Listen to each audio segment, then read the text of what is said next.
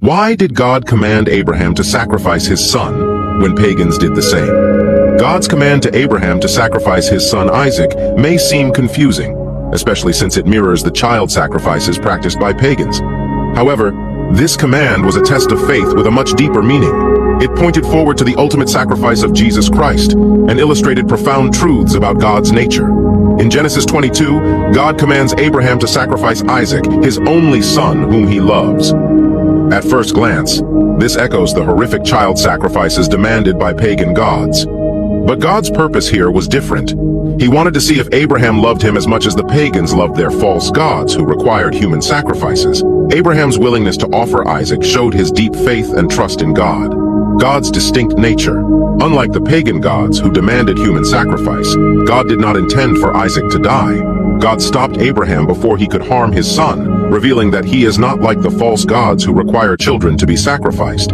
Instead, this event foreshadowed a much greater sacrifice that God himself would make. The story of Abraham and Isaac is a foreshadowing of God's ultimate act of love. While God stopped Abraham from sacrificing his son, God did what no pagan god would ever do. He gave his own son, Jesus Christ, as a sacrifice for the sins of the world. Jesus is the true Lamb of God who was offered for our salvation, a sacrifice that no human could offer. Many details in the story of Abraham and Isaac mirror the sacrifice of Jesus. Abraham and Isaac arrived at Mount Moriah on the third day, symbolizing the resurrection of Christ on the third day. Isaac carried the wood for his own sacrifice just as Jesus carried his cross.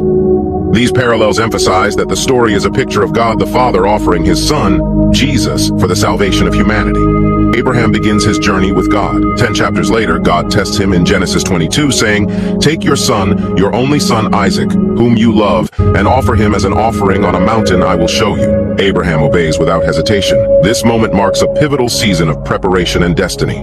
God's testing often precedes greatness. It refines us in three key areas: integrity and trust. Will you remain faithful and honest when no one is watching? Patience.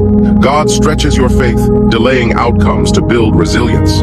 Humility. Tests often humble you, bringing you to a place of complete reliance on him. Abraham's obedience was not just about Isaac, but about his readiness to trust God entirely. Similarly, the tests we face are not random. They prepare us for the weight of greatness. Often the test of destiny will feel uncomfortable. God may humble you through tasks that seem beneath your potential. You may face moments of obscurity or seasons where your gifts are unnoticed. Yet these are the times God uses to shape your character and align your heart with his will. The process of greatness demands surrender. It may involve seasons of serving in silence, enduring delays, or walking through obscurity. But God uses these moments to develop the maturity needed for the calling he has for you. If you are in a season of testing, remain steadfast. Trust that God is preparing you for something greater. Embrace the process. Remember, greatness is not achieved without testing. Trust God through the pain and let his refining process prepare you for the destiny ahead.